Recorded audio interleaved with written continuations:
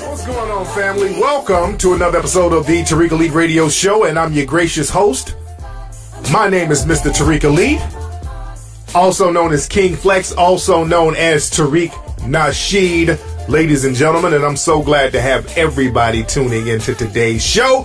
We're going to chop up some good game as we always do. The phone number is 818-850-5404. We are going to take a lot of calls tonight on today's show. So call in, let me know what's on your mind. Let's chop it up and let's keep it thorough. But what we're going to do right now, we're going to take a real quick commercial break, and I mean real quick, and we'll be right back right here on the Tariq Nasheed Radio Show. Yo, check out my man Kevin Gentry and his website, BecomeRichFamousFast.com. Kevin has a one-on-one private school coaching website, and he will teach you everything you need to know about the game. And you can call him directly at 404-207-5640. Call Kevin up and he will teach you everything you need to know about being a true player and having real tight game. So check out BecomeRichFamousFast.com. Are you real ashy and you don't know what to do about it? Does your knees and elbows look like you've been blocking bricks from being thrown at you? Well, if so, there's a solution. Check out SheaNaturalSkin.com. Now, this website has all types of shea butter, body scrubs, and bath crystals you need to stay smooth and non-crispy. They have different aromas like jasmine, lavender, carnation, and many more. So you need to go get moisturized at SheaNaturalSkin.com. Again, that's SheaNaturalSkin.com. Hey, this is Tariq Nasheed, New York Times bestselling author and producer of the critically acclaimed bestselling documentary series Hidden Colors 1, 2, and 3. I want you to join me in London on Sunday, March 15th for a live lecture at Friend's House in Houston. I'm going to be discussing the international rules of racism, so trust me, you don't want to miss it. Get tickets right now at backtoblackempire.com. That's back, the number 2, blackempire.com. You are now tuning in to the King of Game, Tariq Nasheed on Tariq Nasheed Radio.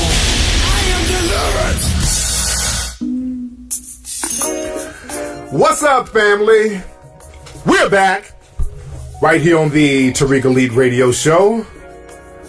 Glad to have everybody tuning in. We're going to chop up game like we do. And again, the phone number is 818-850-5404. That's for folks who want to call in. Shout out to all my people in the UK. A lot of people are coming to see me in London. That will be next week. I'll be in London doing a lecture March 15th. That's Sunday. So a lot of people are coming. You want to get your tickets now at backtoblackempire.com. I got a lot of press I'm going to be doing there. I will be there, I think, next Wednesday. I will arrive there next Wednesday or next Thursday. So I have a lot of television stuff I'm doing over there. I've already done a lot of press over here for there, and I got a lot more to do. So we're going to take London by storm. We're going to have a great time over there. And shout out to all my UK brothers. Shout out to everybody who has contributed to the Kickstarter for Hidden Colors 4. We're almost at 100K right now. We got like 14 more days to go, but I want everybody, if you're listening right now, go to Kickstarter.com, go to the Hidden Colors 4 page, type in Hidden Colors 4, and make your contribution today to get us over that 100K hump for Hidden Colors 4. And I like to thank and show my gratitude to everybody who has contributed so far.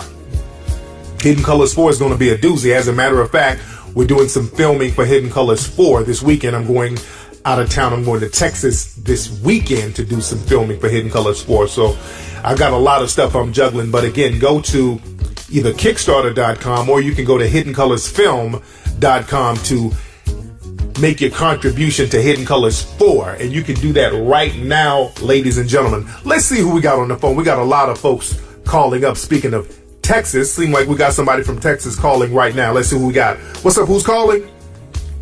What's up? It's Jerry. Hey, who's this? Jerry, like Tom and Jerry. What's up, Jerry? How are you? Where are you calling from? I am calling from Atlanta, Georgia, but I am from Dallas, Texas. Hey. Yes, what's up? I'll be in Dallas this weekend. So what's on your mind, Jerry? Oh, I just wanted to say, I just want to ask you, recently I was added to this group message from some college associates. And this one girl was very problematic for me. It actually got me thrown out of the group message because she kept confronting me and calling me tacky and arrogant and things of this nature, especially arrogant. So I was just, curious as to how do you feel about people calling you arrogant when you're not being arrogant and you're just speaking the truth. So one situation was a friend of ours asked for advice because he had been taught. And I let the young lady and another young lady respond to him before I said something because I'm a third-year medical student. And I knew the answer. I knew what was going on with him right away. But, of course, I gave other people a chance to speak. And then I addressed him directly and said, what I thought the problem was. And they were writing paragraph after paragraph, giving him advice after advice. And, I just came in with like 2 sentences. And she basically said that I was disrespecting her and disrespecting the other girl who's also into mental health, which it had nothing to do with mental health. And I was like, I'm not disrespecting anyone. I'm a third-year medical student. I think that's relevant, even though it has nothing to do with me actually knowing what was going on with him. And she tried to throw up her degree, like, well, I have the highest degree in this group, etc., and went through her whole resume. I'm like, well, it's not about that. Okay, let me how do you address people who are calling you arrogant? Okay, so that situation, let me tell you what it is, and this was another African-American sister, right? Yes, and she's biracial. Yes, African-American. Okay. With us, unfortunately, we carry a lot of stuff over from slavery. We still have it. We still have a lot of slave baggage and refuse that we carry with us. And one thing that we carry is this one-upman thing, this rugged individualism that we have to have with each other, where we have to one-up each other. We have to big up or be one better than the next black person. It's this very competitive thing because there's such a scarcity of resources, and we have this poverty mentality where resources are so scarce, we got to do whatever we need to do in order to keep shine for us so that we can get what little resources are available. So I'm making it more complicated, but what it is, but basically it's this one woman don't want to see another woman shine. It's just that simple. It's just when you're shining and you saying the right things and now you're getting attention, the minute that happens and you're on an equal standing with somebody, you look like them, you are in the same field as them, all of a sudden that cutthroat, I gotta down them mentality pops up. So now they got to talk about you're arrogant because now they can't say that you're incompetent. So they can't say that because if you were incompetent in any way, they would have brought that out. Like, so, what test have you passed? You're not a doctor. I'm a third-year medical student. So why would you even fix your mouth to disrespect me in that way? Anything to kind of bring you down a peg. So since they can't bring you down based on your academic skills, they just say, okay, you got the skills, but you're just arrogant. People do that to me all the time because they can't say that I'm a dumb dude or I'm not on top of my game or I'm not about no business. They can't say that. So they say, oh, that Tariq, that nigga's arrogant. He's egotistical. So I get that all the time. And that's just another form of motherfuckers hating because you're shining and they just want to bring you down a peg instead of learning the game and trying to get on your level so that they can be thorough. We get this attention thing. We're so attention deprived. So you're already winning. So when somebody's calling you arrogant, understand that you're winning. So you don't have to do anything. That means you're winning. Understand this. People hate up. They don't hate down. They don't hate on people who are doing worse than them. You always hate on people who are doing better. They hate up. So if somebody's hating on you, say that, man. Exactly. So don't even trip on that. You already winning.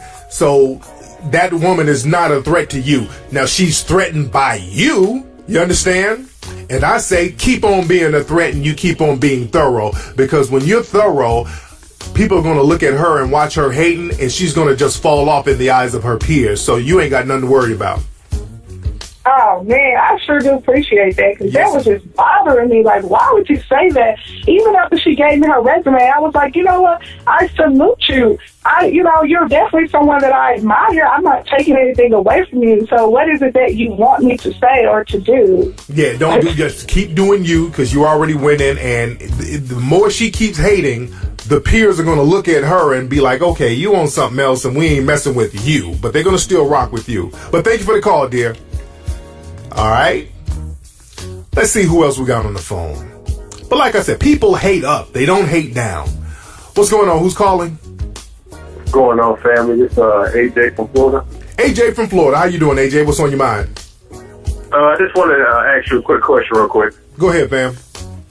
I wanted to know what you think we should be doing as far as like when the police are shooting brothers and we see these videos posted up and these world star hip hop videos. I get real upset about that. Is that something that I should ignore and just focus on like bettering myself, or what you think? Well, we shouldn't ignore it. We shouldn't ignore us getting killed like this because, man, let me tell you something. Every black person, people can try to coon their way around this and say, okay, well, them niggas just should have been doing something better. They should not have been out there at night. You know, a lot of black folks come up with coping mechanisms. But we have to understand as black people in the environment we're in now, we're one police stop away from being a hashtag on Twitter. You understand? Your name can be a hashtag on Twitter tomorrow if the wrong white supremacist cop pull you over. You understand? So we're all in danger. So this is why we should be working day and night, figuring out ways to protect ourselves and counter systematic white supremacy. And you counter that through melanoid empowerment. So we should be talking about, we should be talking about economics all the time. Ways to like better myself. It's just I seen that video with the homeless guy in L.A. and it just made me real upset. I'm just tired of seeing my people get killed. Yeah, me too. And that's why we should be empowering ourselves economically. We should be on top of our economic game. Unfortunately, when it comes to talking economics, you got black folks out here trying to hate on people talking on economics. Oh man, you just hustling the black community. Bullshit like that is going to get us killed continuously. We need to be circulating money in the black community so that we can get politicians in place, so that we can create our own laws, so that we can protect our communities, because we're being targeted because we're economically weak. And that makes us politically weak. That makes us academically weak. That makes us weak in every form of people activity. That makes us weak militarily. We got to get our money game together. There's no way around that. You feel me? Yeah, I'll tell you one quick question real quick, Tariq. I just want to say thank you for everything that you're doing. And I used to be a fan of Griff until he came at you the wrong way. So everybody, I know we riding with you. Thanks, family. No doubt, man. Much respect, fam. Yes, indeed. And as far as that whole Griff thing with Griff and me and Zaza Ali and all that old shit, for those who don't know, I'm not going to even get into it, but it's squashed on my end. Everything is squashed, and you know, there have been responses on their part. You know, there was a little back and forth. I said my piece on Ustream this Sunday, and I'm not touching on it no more. For now, I'm not going to touch on it no more. And I was thinking about responding to something, but I'm not. Brother Phil Valentine, the great Brother Phil Valentine, gave me a buzz, and we had a real heart-to-heart, man-to-man talk, and I love that brother and have so much respect for Brother Phil Valentine. And he's going to be in Hidden Colors 4, by the way, dropping some real heat. And, you know, he kind of wanted me to pump the brakes on everything for the sake of the brothers and sisters out here who are trying to be enlightened. And it makes a lot of sense. I'm not, again, even when this whole ordeal started, which was not my fault, by the way, my thing, I didn't want to embarrass folks, but I had to defend myself, and that's what it is. I said what I had to say. So I'm squashed with it. And everybody, all my people, we're going to fall back and just chill. That's what I'm saying to all my folks. But I digress, ladies and gentlemen. But my man made a very good point earlier who just called about black people getting killed and attacked out here. There was a homeless brother out here. His street name was Africa. And the brother he was a mentally ill brother. The brother had mental problems. And he was down there downtown on Skid Row. For those who don't know, Skid Row is an area in downtown LA where there are a lot of homeless people with mental illnesses. They have a lot of missions down there where homeless people stay. A lot of ex-drug users down there. So it's a pretty bad situation in that part of town. And this brother got into an altercation with the police. He was unarmed, and they did what they do to unarmed black people. They killed the brother. And let me tell y'all something, man. Shit is kind of getting real out here. People ain't taking that shit lightly out here, man. People out here are not taking that lightly. There were some cops that were shot at, I think yesterday or the day before yesterday. I think it may have been in retaliation to that brother getting shot. But cats out here are not taking that shit lightly. A couple of cops were targeted. So something's going to have to be done about that shit. Is going to get really real. But again, that goes back to us having our economic game in order. We got to have our economic game in order.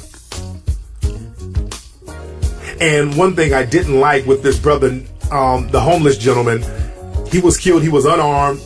And on the news the next day, they were going on about his jail record. And this is a real slick move that the media makes, because the media is in cahoots with law enforcement and the politicians. They were talking about how he was a convicted bank robber. Now, this guy robbed a bank like in 2000, like 15 years ago.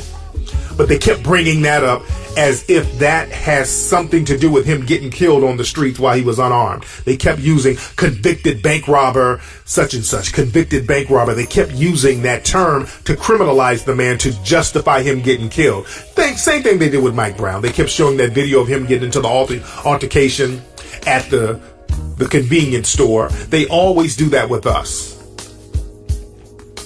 This is why it's important to have our finances together so that we can have our own media.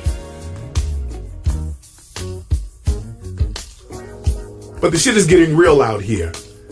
And them demonizing that brother, that's just not a good look. Let me see who's on the phone. We got a lot of folks calling. Let me see who else is on the phone. I'm going to touch more on that in a minute.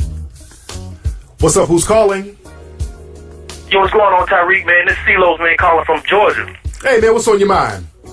I'm just chilling, man. I saw your pic that you had posted on IG, man, and it said your girl can't open a soda, but had superhuman strength to break her phone when she was cheating. Yeah, man, that's true right there. One time, man, I got caught, and I tried to break my phone myself, and the phone just bounced off the floor and didn't break at all, man. But no, it ain't worked, homie. There you go. That's all. What's up? What else is on your mind, man?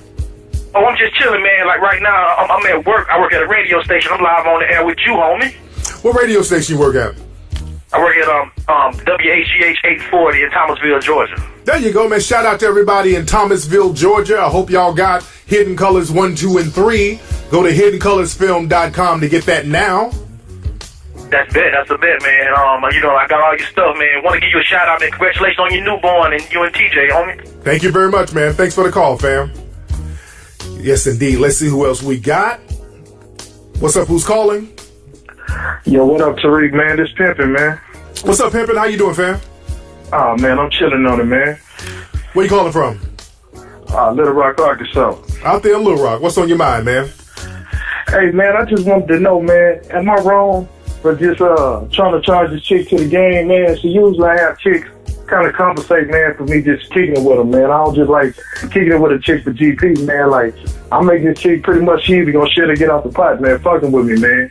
And I'm pretty much giving her a 2-week stretch, man. And I'm trying to see, am I going the right way, man? My homeboy said I should give her a little bit more time. Well, how's she been acting so far? I mean, she's been cooperating so far, but it just seems like on the cash end of the game, she's being a little petty, I feel like. Oh, okay.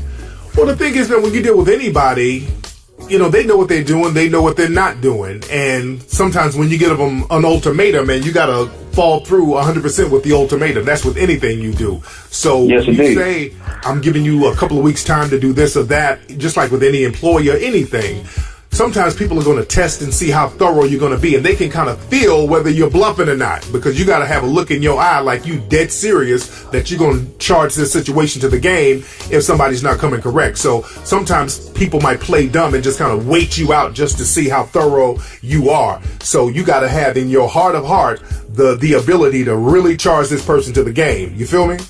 Yes, indeed. Yes, indeed. Because what happens is sometimes you deal with a situation, you got a lady that you're in a relationship with, and she's doing something slick or foul, or she's being disrespectful, and you say, if they do it again, I'm going to charge you. And then they do it again. But what they do, they start buddying up to you, they go down on you real good, or they do something that will keep you there. They cook you a good meal or something, so they find your weak spot and cater to your weak spot. So that's a little game that they play. I don't really know, not to cut you off, but I don't really fall for the sucker shit like that, don't you? But yeah, that's what I'm saying. But a lot of dudes do, and even dudes in the game, they fall for that sucker shit too. Because sometimes, right when a chick is about to get charged or whatever, she magically pop up with a whole gang of money. You understand? Trying to keep her position. So, you know, just watch the little games people play, because it's all a psychological power play within all relationships. You feel me? Yeah, so basically what you're saying here, Tariq, just go ahead and stick to my guns, give it a 2-week limit, and that's it. Because one of my partners, he's saying that I'm being too harsh on, I'm being too gorilla on the bitch. I should give her a little bit more time. No, man, you gotta, whatever you say, you gotta stand on it. Everything you do. If you say you're gonna do something, you stand on that. Anything you do, you gotta stand on it, or people are gonna test you and they're gonna look at you sideways if you don't stand on it. You feel me? I'm with you, Tariq. I appreciate it, man. Thanks for the call, man. Yes, indeed. Let me see who else we got. We got somebody else in Georgia calling. What's up? Who's calling? Hey, what's up, Tariq? This is Chris from Atlanta. I called you a couple weeks ago about that girl situation, but I got another question for you. I'm a college student down here in Atlanta, and I go to a predominantly white school. Okay. And I had a situation happen to me yesterday. I'm in class, minding my business, just paying attention to class, and there's 2 white kids, this white dude and this white girl come sit behind me, and they just started saying, nigga this, nigga that, nigga this, nigga that.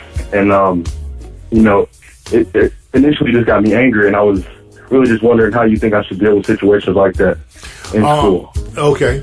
I'm going to tell you like Neely Fuller said, and I'm a big fan of Neely Fuller. Neely Fuller said, when you're at work or at school and there are white people around you talking kind of slick and, you know, using the N-word, and sometimes I'm assuming the students, those white students, are doing it as trying to sound hip. They're not saying it racially. They're trying to make it seem like they're just saying it casually and hip, like in a hip-hop way, right? Exactly. But this is what they were doing. They were antagonizing me. They were saying like, "Oh, don't do that. That might be dangerous. You never know what he might do to you." And trying to be funny and mess with me a little bit. Oh, okay. You know what I'm saying? Let me tell you exactly what to do. When that happens, you keep doing your work. You just kind of laugh them off. You do not get angry at all, because that's exactly what they want. The white supremacists, they will antagonize black people. The minute you make a move, I mean, in a split second, they go into victim mode. I mean, immediately. They will go into victim mode, like, oh God, the big black guy he's attacking us. We're just using words. Why are you going to attack me because of words?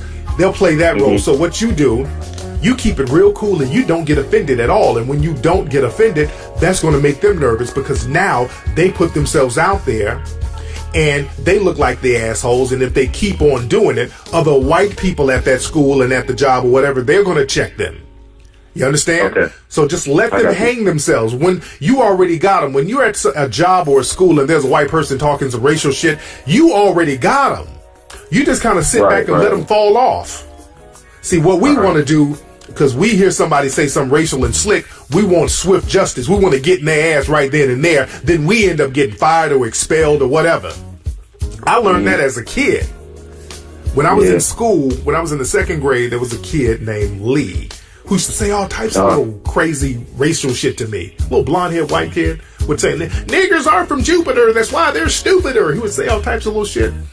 So I'm like, man, I'm going to knock the shit out of you at lunch. So I would kind of get up on this dude, and he would go tell on me that I'd get suspended. I said, oh, and he's sitting there grinning and snickering. I said, oh, okay, I got it.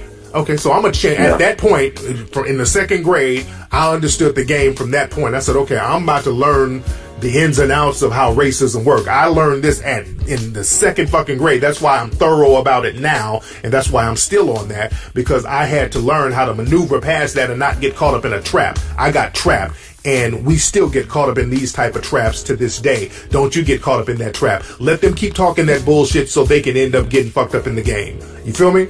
No, it's hard, but I got you. I feel you, but keep it thorough. Thanks for the call.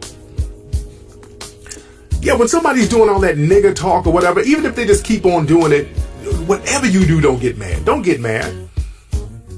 Especially when somebody's using nigga, somebody white and they're using nigga. Just ask them, what do you mean by that? when you say nigger, what do you mean exactly? What are you saying? And if they try to play the, well, black people say it, so how come we can't say it? You know my answer. I tell them, when I say niggas, I'm saying a different word. I'm saying N-E-G-U-S, niggas. Now that word, when you spell it that way, that's an ancient African word, particularly used in ancient Ethiopia. That word means king. So, to the white supremacists, are you calling me a king when you use the word niggas? If not, what exactly are you calling me?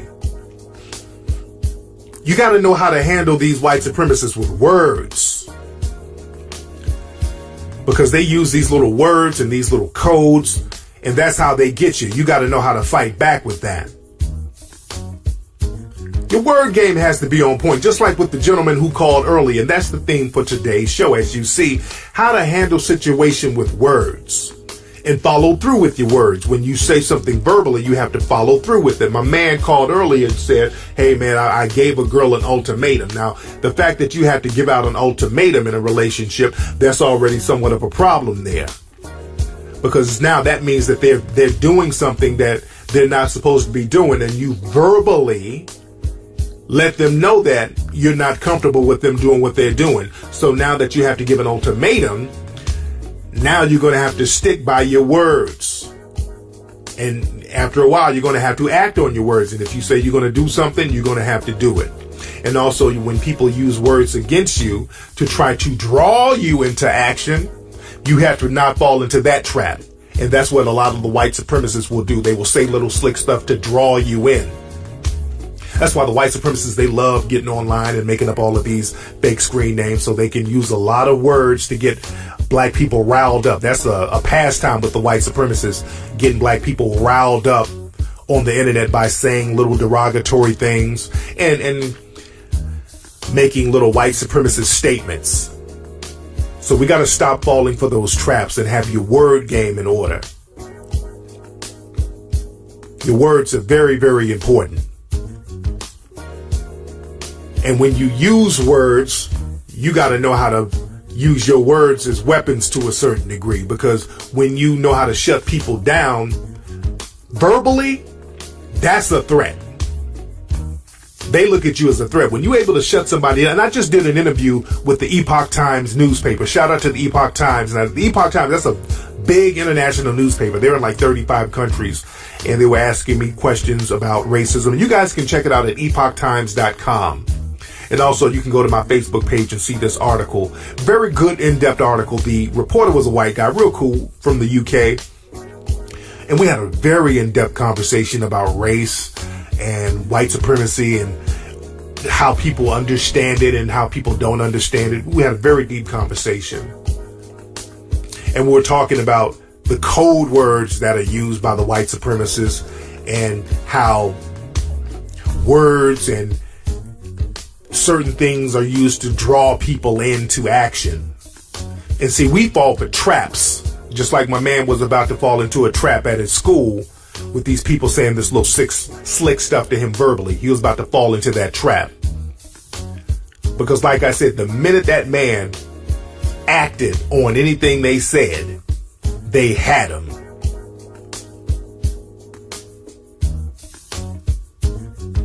And sometimes, just like the case with this man who got killed out here in Los Angeles, Brother Africa, the homeless brother who was shot, the cops will do something real slick. They will use words and say certain things to justify their own actions. For example, when this brother was shot, the homeless brother, the cop kept yelling, "Get your hand off my gun! Get your hand off my gun!" The cop was saying that, making sure that that was heard, which, from what you see on the tape, it doesn't look like the homeless brother was trying to reach for the cop's gun. It doesn't look like he was doing that, but that's a tactic of the police. They'll yell out something to justify their actions. And this happened in another case. It was a case where a brother got beat up and shot. I don't know if he got shot, but I know he got beat up and arrested back east, and he won a lawsuit. They didn't kill the brother, and he actually won a lawsuit. And that's why the cops like to shoot to kill, because they don't want to beat somebody up and it's on tape and then you get sued. See, a dead man can't sue the police. That's why they have these shoot to kill orders. But the same thing happened back east where the cops was beating up this brother and the cops were yelling out, "Get your hand off my gun! Get your hand off my gun!" while they were beating him. And the guy wasn't grabbing the gun at all. And they're real big on doing that out here in LA. I got pulled over a few years ago, and the cops they were just stopping random people on Sunset Boulevard. I was driving home and they were stopping random people, and they pulled me over. I don't know what reason they did. But I got out the car. They wanted to check the car. I'm like, I don't consent to searches at all. And they just kept asking me a bunch of questions. And I was like, okay, officer, what is this about? You're being hostile. They just started yelling. Why are you being hostile? You're being hostile and aggressive. You're being hostile and aggressive. They started yelling. Then they put me in the cop car. I'm like, okay, these motherfuckers are real slick. That's why we got to have our cameras on them at all times. Because they will try to verbally assault you to draw you in. If they start yelling at you, they know that naturally people tense up and physically kind of get startled if you're being yelled at. So they count on you to get startled and have some type of reaction naturally to them yelling at you, so that will justify them harming you. The white supremacists are very good at that. So my point is, we should understand how people use words and how they verbalize themselves against us, and how we have to not fall for those traps. So when I got pulled over by that cop, I remained cool because I knew what he was trying to do. And living in a system of white supremacy, we have to understand the game and get a code of conduct and a code of words, and understand a code of how to act to empower ourselves and also protect ourselves from these crazy ass white supremacists out here. But anyway, y'all, let me get up out of here. That's been today's show. Don't forget to go to backtoblackempire.com to get tickets to join me live in London next week. Don't forget to go to the Kickstarter page. That's at kickstarter.com, and type in Hidden Colors 4 to contribute to the making of Hidden Colors 4. And I will holler at you guys on Ustream this Sunday. Peace. What's going on, family? Welcome to another episode of the Tariq Elite Radio Show, and I'm your gracious host. My name is Mr. Tariq Elite, also known as King Flex, also known as Tariq Nasheed, ladies and gentlemen, and I'm so glad to have everybody tuning into today's show. We're going to chop up some good game as we always do. The phone number is 818-850-5404. We are going to take a lot of calls tonight on today's show. So call in, let me know what's on your mind. Let's chop it up and let's keep it thorough. But what we're going to do right now, we're going to take a real quick commercial break, and I mean real quick, and we'll be right back right here on the Tariq Elite Radio Show. Yo, check out my man Kevin Gentry at his website, BecomeRichFamousFast.com. Kevin has a one-on-one private school coaching website, and he will teach you everything you need to know about the game. And you can call him directly at 404-207-5640. Call Kevin up and he will teach you everything you need to know about being a true to make your contribution to Hidden Colors 4. And you can do that right now, ladies and gentlemen. Let's see who we got on the phone. We got a lot of folks calling up. Speaking of Texas, seem like we got somebody from Texas calling right now. Let's see who we got. What's up? Who's calling? What's up? It's Jerry. Hey, who's this? Jerry, like Tom and Jerry. What's up, Jerry? How are you? Where are you calling from? I am calling from Atlanta, Georgia, but I am from Dallas, Texas. Hey. Yes, what's up? I'll be in Dallas this weekend. So what's on your mind, Jerry? Oh, I just wanted to say, I just want to ask you, recently I was added to this group message from some college associates. And this one girl was very problematic for me. It actually got me thrown out of the group message because she kept confronting me and calling me tacky and arrogant and things of this nature, especially arrogant. So I was just, curious as to how do you feel about people calling you. I've already done a lot of press over here for there, and I got a lot more to do. So we're going to take London by storm. We're going to have a great time over there. And shout out to all my UK brothers. Shout out to everybody who has contributed to the Kickstarter for Hidden Colors 4. We're almost at 100K right now. We got like 14 more days to go, but I want everybody, if you're listening right now, go to Kickstarter.com, go to the Hidden Colors 4 page, type in Hidden Colors 4, and make your contribution today to get us over that 100K hump for Hidden Colors 4. And I like to thank and show my gratitude to everybody who has contributed so far. Hidden Colors 4 is going to be a doozy. As a matter of fact, we're doing some filming for Hidden Colors 4 this weekend. I'm going out of town. I'm going to Texas this weekend to do some filming for Hidden Colors 4. So I've got a lot of stuff I'm juggling. But again, go to either Kickstarter.com or you can go to HiddenColorsFilm.com. Player and having real tight game. So check out BecomeRichFamousFast.com. Are you real ashy and you don't know what to do about it? Does your knees and elbows look like you've been blocking bricks from being thrown at you? Well, if so, there's a solution. Check out SheaNaturalSkin.com. Now, this website has all types of shea butter, body scrubs, and bath crystals you need to stay smooth and non-crispy. They have different aromas like jasmine, lavender, carnation, and many more. So you need to go get moisturized at SheaNaturalSkin.com. Again, that's SheaNaturalSkin.com. Hey, this is Tariq Nasheed, New York Times bestselling author and producer of the critically acclaimed bestselling documentary series Hidden Colors 1, 2, and 3. I want you to join me in London on Sunday, March 15th for a live lecture at Friend's House in Houston. I'm going to be discussing the international rules of racism, so trust me, you don't want to miss it.